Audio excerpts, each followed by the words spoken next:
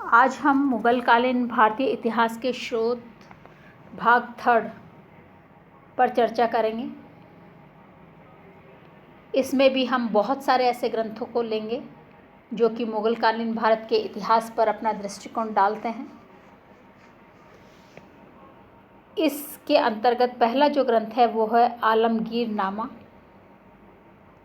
यह ग्रंथ 1688 ईस्वी में मोहम्मद कासिम के द्वारा लिखा गया।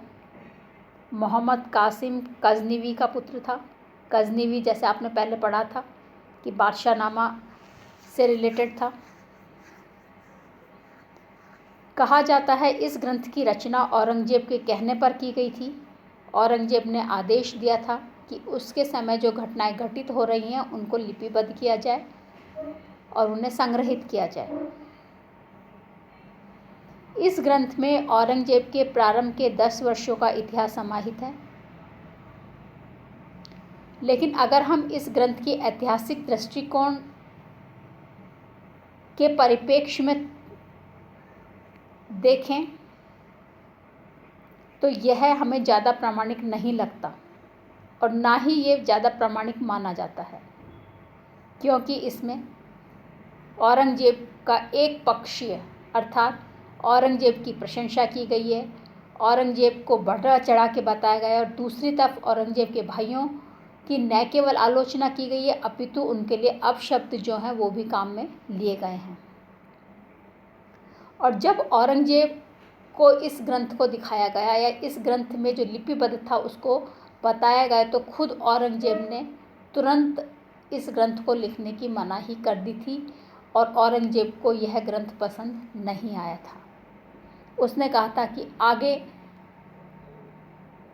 के इतिहास को लिखने की ज़रूरत नहीं है आपको। अगला ग्रंथ है मासिरे आलमगीरी। यह ग्रंथ मोहम्मद साफ़ी मुस्तदई खां द्वारा 1710 ईस्वी में लिखा गया। इस ग्रंथ के 2 भाग हैं। पहले भाग में आलमगीर नामा का संक्षिप्त विवरण है और दूसरे भाग में औरंगजेब के अंतिम 40 वर्षों और औरंगजेब की मृत्यु को सम्मिलित किया है। अगर हम ऐतिहासिक दृष्टिकोण से इस ग्रंथ को देखें तो ये भी हमें ज़्यादा विश्वसनीय या प्रामाणिक नहीं लगता, क्योंकि इसमें तात्कालिक कुछ ऐसी घटनाओं का वर्णन है जो ऐतिहासिक दृष्टि से कहीं भी महत्ता नहीं रखते तथा कुछ ऐसी तात्कालिक घटनाओं को छोड़ा गया है जिनका बहुत ज़्यादा ऐतिहासिक महत्व था। लेकिन औरंगजेब के दक्षिण प्रवास की घटनाओं के लिए हम इस ग्रंथ की उपेक्षा नहीं कर सकते। उन घटनाओं को इसने बताया है। अगला ग्रंथ है मुंतखब उल लुबाब। इस ग्रंथ को तारीख़े खाफ़ी खां भी कहा जाता है। यह ग्रंथ मोहम्मद हाशिम खाफ़ी खां द्वारा लिखा गया, इसीलिए इसको तारीख़े खाफ़ी खां कहा गया है। इस ग्रंथ में बाबर में भी 1519 से लेकर मोहम्मद शाह रंगीला के 14वें वर्ष तक का इतिहास दिया गया है। लेकिन औरंगजेब के समय से लेकर और 1733 ईस्वी तक की घटनाओं के लिए यह बहुत महत्वपूर्ण ग्रंथ है और 1605 से लेकर 1733 ईस्वी की घटनाओं का भी इसमें अच्छा वर्णन है।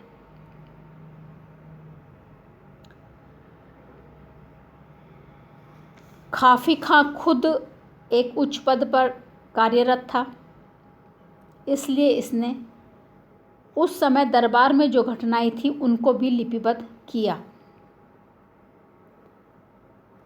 इसके ग्रंथ में हमें उस समय की ऐतिहासिक घटनाओं के अलावा उस समय किए गए सैनिक अभियानों, मनसबदारी व्यवस्था में जो चेंज किए थे, परिवर्तन किए थे, उनको राजस्व व्यवस्था में जो भ्रष्टाचार व्याप्त था उनको, मुग़ल दरबार की दलबंदियों को, मुग़ल शासन के पतन की प्रक्रिया को, औरंगज़ेब की धार्मिक नीति को। और औरंगज़ेब की धार्मिक नीति न केवल ये बतलाता है बल्कि औरंगज़ेब की धार्मिक नीति का ये समर्थन भी करता है, तथा तात्कालिक सामाजिक, सांस्कृतिक, आर्थिक गतिविधियों को विस्तृत रूप से समाहित किया है, उल्लेखित किया है और बताया है। औरंगज़ेब ने अपने समय में इतिहास लेखन पर प्रतिबंध लगा दिया था और उसने कहा था कि मेरे समय की ऐतिहासिक घटनाओं को कोई भी लिपिबद्ध नहीं करेगा, लेकिन खाफी खां ने गुप्त रूप से इस ग्रंथ को लिखा और हमारे लिए उस समय की घटनाओं को उपलब्ध करवाया। अगर ये ग्रंथ नहीं होता तो हमें औरंगज़ेब के समय की घटनाओं का ज़्यादा उल्लेख नहीं मिलता। अगला ग्रंथ है इबरतनामा।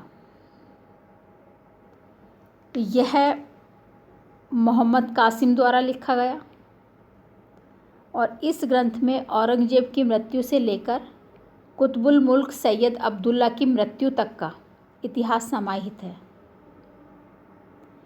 आप आगे पढ़ेंगे कि औरंगज़ेब के बाद उत्तराधिकारी संघर्ष होता है, उस संघर्ष को इसने बताया है।